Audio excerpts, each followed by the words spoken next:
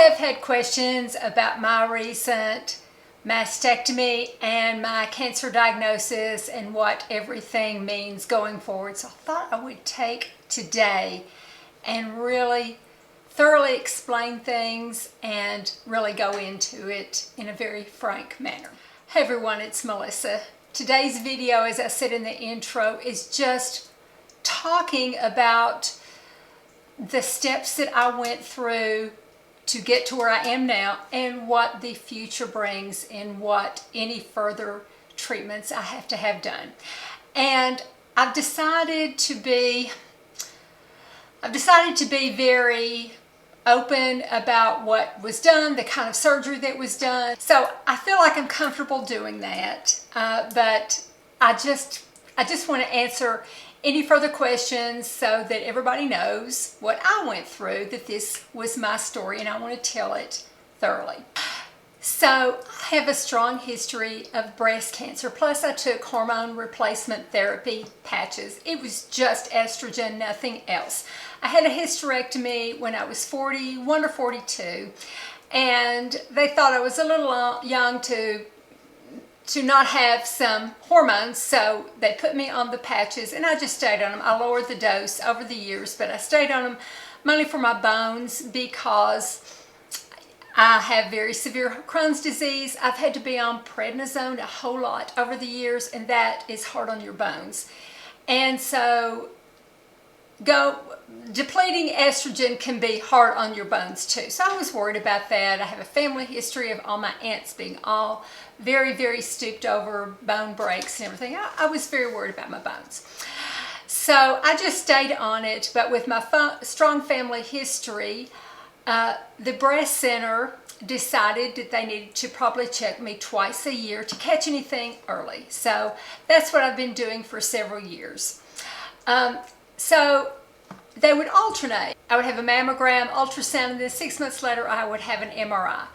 So August the 11th, I had my MRI and left the building. They called me back in, said we had found something. They went ahead and did a mammogram and an ultrasound, biopsy. A couple of days later came back, yes, it was cancer. So, I was glad that I had always been checked because this had not been there in January. So the first thing they did was took me off of the HRT. So I did that. And you know what? Well, I'm going to go into that later about HRT and do I regret being on it. I'm going to go over that toward the end. But I did real well going off the HRT. So they did the surgery. Now let me tell you a bit about the surgery. So I met with my surgeon and I decided, with my strong family history and my mother dying from breast cancer and most of my cousins having breast cancer and aunts and just so much breast cancer in my family, I decided to have a bilateral mastectomy. That is a mastectomy in both breasts. My tumor was on the outer part of the right breast, but my mother decided to only have one breast removed, and she should have had both of them removed because it came back, it metastasized within a year. So I made the decision to have both breasts removed, and it was classified as a ductal in situ ductal carcinoma. I think that's what it's called. It's a very common kind, and I think it's like 83% of women that have breast cancer have this kind. And they had a very good success rate of treating it. So I went to the surgeon that was going to do it, and he said, you have a choice. You can have a bilateral mastectomy, one breast removed, or you can have a lumpectomy, radiation, and 5 years of a drug that would suppress my hormones even further, like a tamoxifen type drug or an estradiol. So I wanted to avoid taking the 5-year medication because I felt like it would be even harder on my bones, because that's one of the side effects, is that it can just make your bones weaker. So I wanted to avoid that. I wanted to make sure that I got everything done, so I chose to have a bilateral mastectomy or both breasts removed. And so I told him that, and I wanted reconstruction, so he said fine. He did that too, so that's what I decided to do. They scheduled the surgery for September 26th. So I had the surgery, and they put in, and I will describe the surgery in a minute because I did think it was interesting, and I'm going to be thorough about it and kind of blunt. So how they did the surgery, the mastectomy, they cut me underneath the breast, and they were able to do this because I am small-breasted. So they cut underneath, instead of going through the breasts, they cut underneath, lifted everything up, scraped everything out, put in an expander. The plastic surgeon then put in an expander, and then brought the skin down and then stitched it back up underneath here. So I've got stitches all underneath here and all underneath here. They did that to save all the skin. I even still have a mole beside the nipple that is still there. They saved everything and brought it back down, which they are not always able to do that. Sometimes they have to cut you in different ways where they can't save a lot of the skin, or they can't save the nipples, or they can't, I told you it's going to be frank, they can't save a lot of what you already have. So they cleaned everything out, and they saved the skin over it and sewed it back down. And they put in an expander to, even though I'm not going any bigger, they had to put an expander in because my skin was thin, and they didn't feel the skin would heal well over an implant. They wanted to kind of stretch the skin a little bit and get it ready for an implant in the future. So I did all that, and came home and recovered. And it was a harder surgery than I thought it would be because they kind of manipulated muscle, and my back was sore, and it hurt. It was a little bit harder surgery, and it was harder to recover than I thought it would be. But I wanted to kind of share the kind of surgery that I had, that they cut me underneath here so that they could save everything on top, in case this is something that you want to mention to a surgeon, that if you've got this coming up, that maybe this is something you could mention to your surgeon. Can you save the nipples? Can you save the skin? Can you cut me this way, which is less noticeable because it's going to be underneath and the scars are less noticeable? Is this something that is achievable for me? Because I did ask, and he said, oh yes, that is possible with your size and everything. Well, he couldn't guarantee. He said, I'll have to get in there and look and see, and both of the surgeons would make a decision, and they both decided that yes, it would be possible to do that. And they took several lymph nodes out, and they were both clear. And the thing about, I don't know if this is everyone, but where they take the lymph nodes out on this side, from half of underneath my arm to about that much of my back is numb. So it's an odd feeling to touch it. I can feel it with my fingers, but my back and underneath my arm can't feel my fingers touching it. So it feels odd. A lot of this feels odd. I want to be honest. It feels odd. So I did want to mention that in case anybody goes through that. So I went back to the surgeon, and they recommended that I go to an oncologist because of the way the tumor was. Remember, I said it was a ductal carcinoma, which meant it was in the duct, but it was also a different type. It was two types of tumor. It was also an invasive tumor, and it had started to form tentacles or work its way into the breast tissue.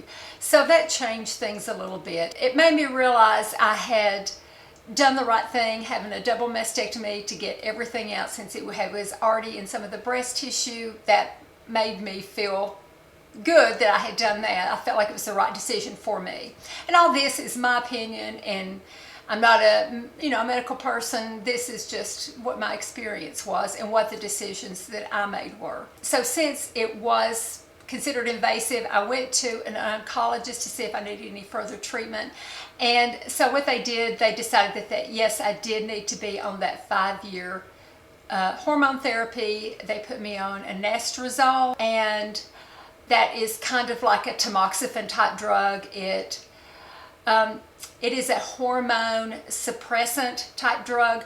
So it's one that I did not want to be on. It's one that I wanted to avoid because that was one of the reasons I ended up having the double mastectomy, to avoid taking this drug. But I had to take it anyway because of the invasive nature of the tumor.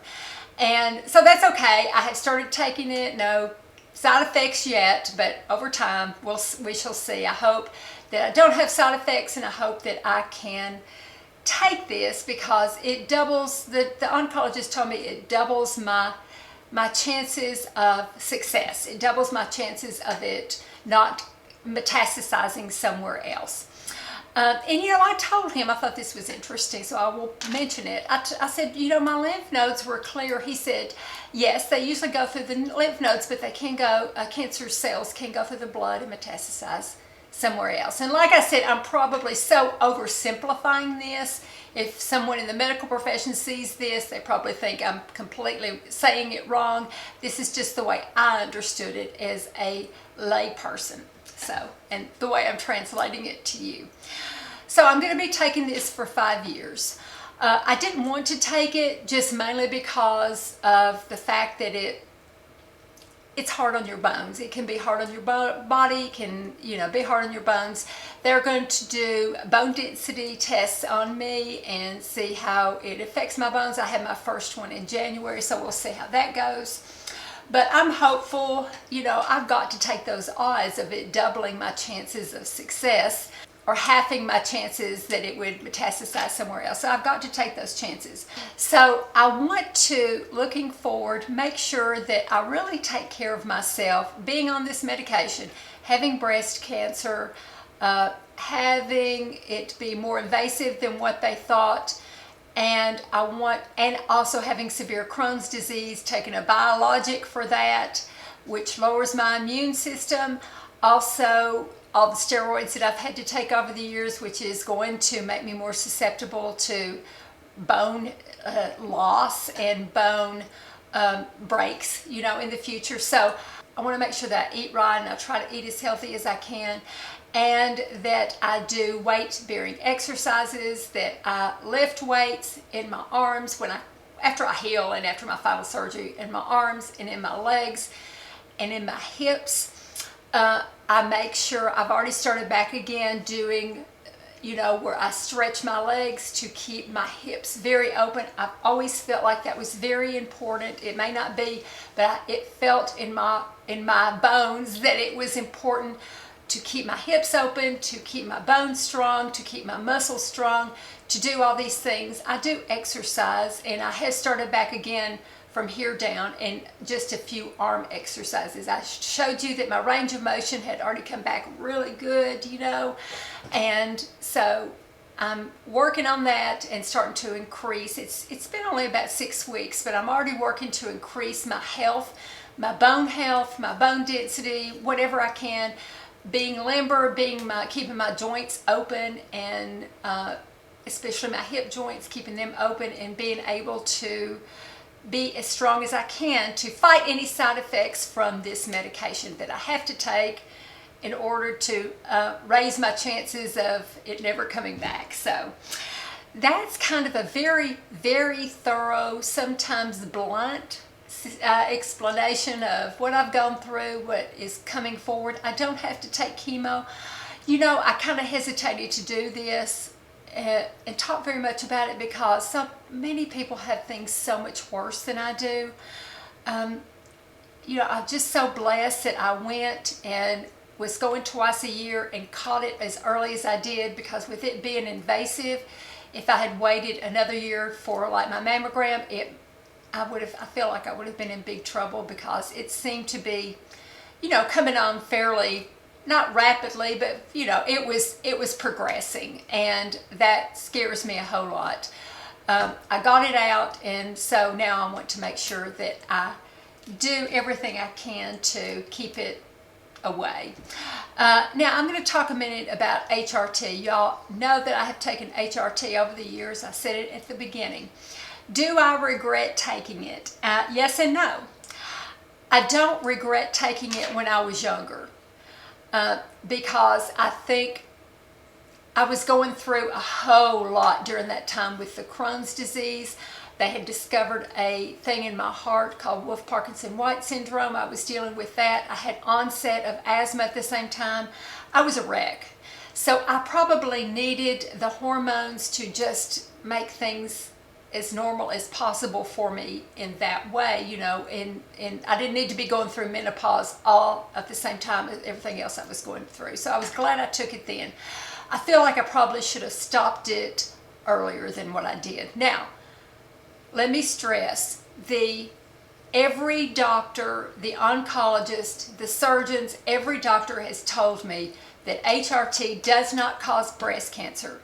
Now, they have told me that it does not cause breast cancer, but if you get breast cancer that is hormone fed, like estrogen fed, it will grow faster. It will be fed. It will take off by the estrogen. So that's why I will never be able to go on HRT again. I'm off of it, and that's why I have to take 5 years of this drug. So I do wish I had gone off of it sooner. I could have avoided all this, but maybe not. I just don't know. I don't regret taking it at the very beginning because of everything else that my body was going through. I think it would have been the end of me to have to go through menopause at the same time. But I think I could have gotten off of it sooner and probably should have gotten over it sooner. Hindsight's 20/20. I can't go back. But, you know, to do it over again, I would stop it. I would gradually start decreasing it during my 50s, probably start gradually decreasing it until by the time I was 60, 55, 60, between 55, 60, I would have been off of it. But that's my personal experience, and I know that there are a lot of people that feel like HRT it's best to take it. It's supposed to help your heart, your memory, your bones, just so many things it's supposed to be good for. So since I can't take it anymore, and since I'm taking 5 years of the anastrozole, I will have to do the things that I said before and make sure that I get all that covered. So I don't regret it, but I should have stopped it sooner. And that's my experience. Talk to your doctor. It's a big controversy. It's a big thing to think about. You know, don't know. So this is all my personal experience. I probably won't talk about it a whole lot, just except to say, oh, get ready to have my final surgery. Oh, I've started lifting weights, or oh, I've started going to the Y. Oh, I've started yoga. I may share those things, and that is going to be to increase my health and increase my bones, you know, over the years. So I wanted to do that now and start at the beginning of this 5-year journey and just see where it leads. So anyway, thank you for watching. Appreciate it. Ooh, been talking a long time. I'll try to cut it down. Love you all. Take care, and I'll talk to you all in the next video. I appreciate it. Bye-bye.